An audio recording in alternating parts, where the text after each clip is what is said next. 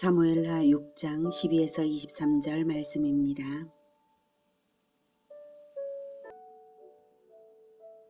어떤 사람이 다윗 왕에게 아뢰어 이르되 여호와께서 하나님의 괴로 말미암아 오베데돔의 집과 그의 모든 소유에 복을 주셨다. 한지라 다윗이 가서 하나님의 궤를 기쁨으로 메고 오베데돔의 집에서 다윗 성으로 올라갈새 여호와의 궤를 맨 사람들이 6걸음을 가매 다윗이 소와 살찐 송아지로 제사를 드리고 다윗이 여호와 앞에서 힘을 다하여 춤을 추는데 그때에 다윗이 배에 에봇을 입었더라. 다윗과 온 이스라엘 족속이 즐거이 환호하며 나팔을 불고 여호와의 궤를 메어오니라. 사랑하는 형제 여러분, 5월 12일 목요일 새벽 묵상에 오신 것을 환영합니다. 온 이스라엘에게 기름 부음을 받아서 통일 이스라엘의 왕이 된 다윗은 예루살렘을 정복하여서 수도를 삼고 블레셋을 완전히 축출했고요. 드디어 하나님의 언약궤를 다윗성으로 옮기고자 했으나 이 일에는 실패했었죠. 지난주의 어제의 내용이었습니다. 하나님의 율법에 명한 하나님의 방법대로 하지 않았기 때문에 궤를 옮기던 웃사가 죽음을 당했죠. 그것은 이스라엘의 영적 현주소를 보여주는 사건이었습니다. 하나님 중심의 신정왕국으로 완성되기에는 먼저는 하나님의 율법을 알아야 하나님의 방법대로 다스릴 수 있는 것임을 다윗은 깨닫고 회개했을 것입니다. 그런데 3개월 후에 언약궤를 모시던 오베데돔의 집에 하나님이 복을 주셨다는 소식을 듣고는 다윗은 다시 용기를 얻었습니다. 법궤 운반의 뜻이 잘못이 아니라 방법 그 자체만 문제였다는 것과 그러므로 이번에야말로 하나님의 말씀대로 바르게 하여서 언약궤를 모시는 데에 성공하리라 한 것이죠. 그래서 전과는 달리 하나님의 궤를 메고 가게 했고요. 또 여호와의 궤를 맨 사람들이 6걸음을 가며 다윗이 소와 살찐 송아지로 제사를 드리게 했습니다. 지극정성이죠.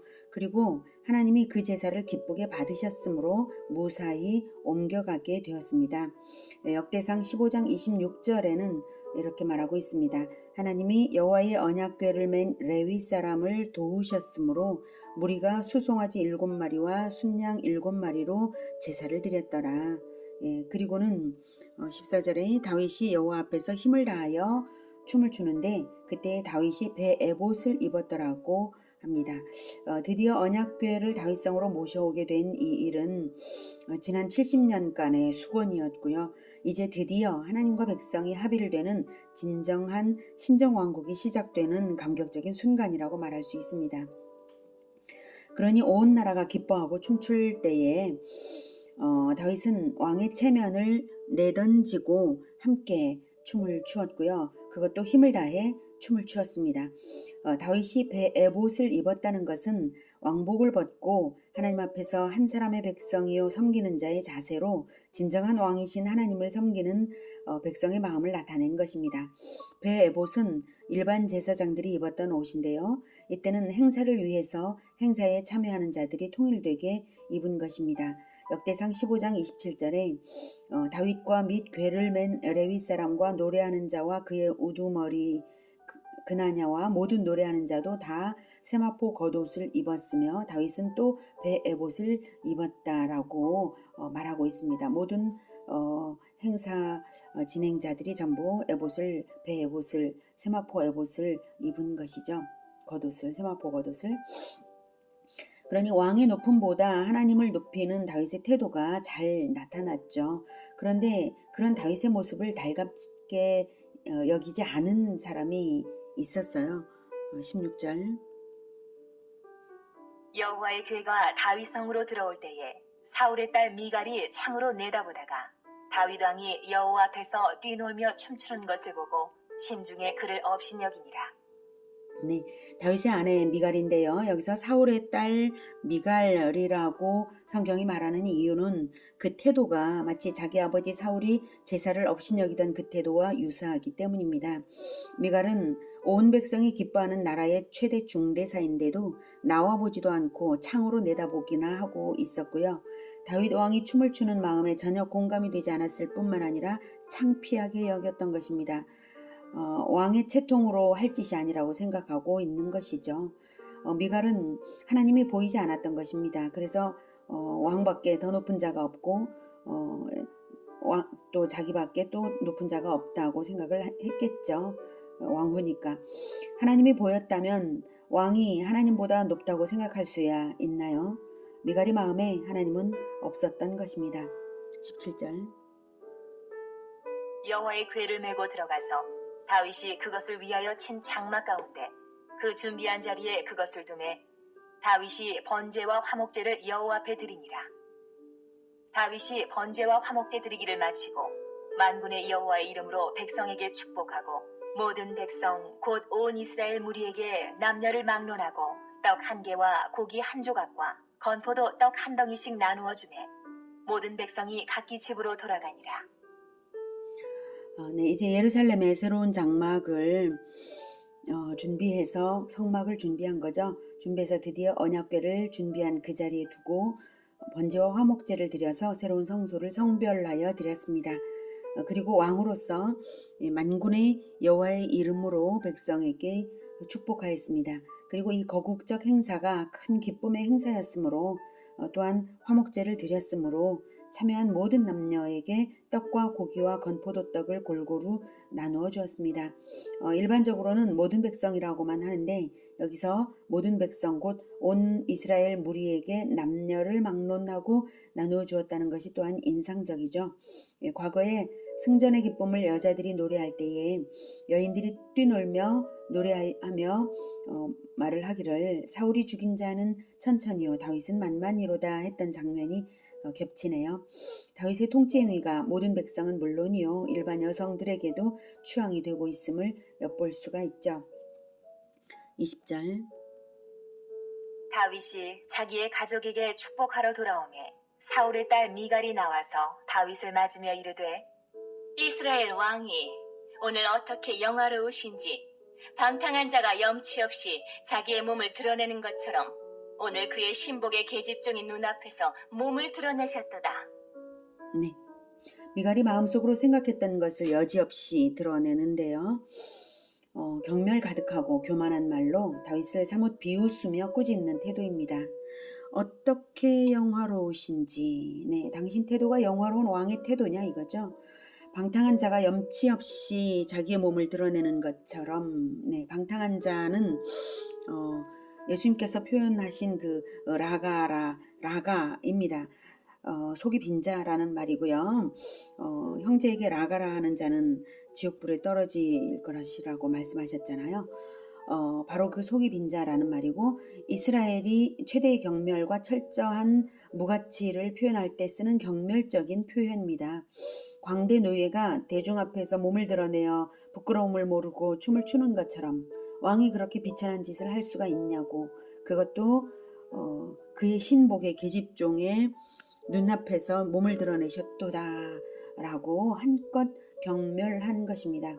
미갈의 눈에는 다윗이 하나님 앞에서 배 에봇을 입고 춤을 춘 것이 그저 신복의 계집종들에게 몸을 드러내어 춤을 춘 것으로나 보인 것입니다. 신정국가의 중대사에 대하여 전혀 하나님의 백성의 관점도 아니고 공동체적 관점도 아니고 교만하기 그지없는 관점일 뿐이고 다윗의 아내로서도 합당한 태도가 아닙니다. 21절. 하니 다윗이 미갈에게 이르되 이는 여호와 앞에서 한 것이니라. 그가 내 아버지와 그의 온 집을 버리시고 나를 택하사 나를 여호와의 백성 이스라엘의 주권자로 삼으셨으니 내가 여호와 앞에서 뛰놀리라. 내가 이보다 더 낮아져서 스스로 천하게 보일지라도 네가 말한 바 계집종에게는 내가 높임을 받으리라 한지라. 네, 다윗의 말이 지당하죠. 이는 여호와 앞에서 한 것이니라. 예, 이는 여호와 앞에서 한 것이니라. 하나님 앞에서 왕이 어디 있습니까? 하나님 앞에서 겸손과 최선을 다한 것일 뿐이다 이거죠. 네. 그리고 그 다음 말이 미갈에게 자기 처지를 똑바로 알도록 일침을 주는 말입니다. 그가 즉 하나님께서 네 아버지와 네 아버지의 온 집을 버리시고 나를 택하사 나를 여호와의 백성 이스라엘의 주권자로 삼으셨으니 내가 여호와 앞에서 뛰놀리라. 네, 그리고 여전히 다윗은 확신에 차서 말합니다. 내가 이보다 더 낮아져서 스스로 천하게 보일지라도 네가 말한 바 계집종에게는 내가 높임을 받으리라. 이렇게 말했습니다. 네가 나를 높이지 않고 그렇게 경배를 해도 나는 더 천하게 보일지라도 오히려 이것이 정당하기 때문에 하나님 앞에서 지당한 태도이기 때문에 나는 높임을 받으리라. 이보다 더 낮아진다 한들 하나님 앞에서 춤추겠노라 한 것이고 그것이 오히려 높임을 받는 일이라는 것이죠. 아버지 사울 가문이 몰락한 것을 생각하면 그럼에도 불구하고 자기는 다윗이 되찾아 주어서 왕궁으로 오게 된 것을 생각하면 하나님 앞에서 더욱더 극히 겸손해야 할 사람은 바로 미갈이어야 했습니다. 예. 그런데 그러지 못했죠. 그래서 다윗은 그 후 미갈을 돌아보지 않은 것 같습니다.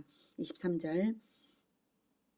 그러므로 사울의 딸 미갈이 죽는 날까지 그에게 자식이 없으니라. 아무튼 미갈은 하나님의 징벌을 받은 것이고요. 자기가 내뱉은 대로 되받은 것입니다. 나발의 아내였던 아비가일은 다윗이 불렀을 때에 얼굴에 땅을 대고 일어나 몸을 굽혀 얼굴에 땅을 대고 말을 하기를 내 주의 여종은 내 주의 전령들의 발 씻길 종이니이다 하고 따랐는데 미갈은 전혀 그 반대였으니 천한 계집종만큼도 사랑을 받을 수 없었고 자기의 후손을 남기지 못하여서 저주받은 자로서 왕궁에 살았던 것입니다. 오늘은 진정 하나님의 주권을 높이며 하나님 앞에서 낮은 자가 될 수 있었던 다윗의 하나님 사랑을 보았습니다. 그리고 하나님 앞에서 스스로 높이는 것이 얼마나 어리석은 일인가를 봤습니다. 하나님의 주권이 높아질 때에 함께 기뻐하며 춤출 수 있는 우리 모두가 되기를 축복합니다. 기도하겠습니다. 하나님, 우리는 하나님께서 불러주시지 않으면 우리가 하나님 앞에 설 수 없는 자들입니다. 우리는 오직 하나님의 긍휼만이 필요한 비천한 자들인데 하나님께서 불러주셔서 구원받았고 또한 귀한 직분까지도 받게 되었으니 너무나 감사합니다. 우리가 그 어떤 비천한 일을 당할지라도 하나님 앞에서 겸손하게 하나님 앞에 춤출 수 있는 우리 모두가 되도록 주님 도와주시옵소서. 하나님을 높이는 일이라면 그 어떤 일이라도 할 수 있는 그러한 마음 우리 모두가 가지기를 바라고 또한 그렇게 하겠습니다. 주님 도와주시옵소서. 예수님의 이름으로 기도드립니다. 아멘. 이어지는 시간은 개인 기도 시간입니다.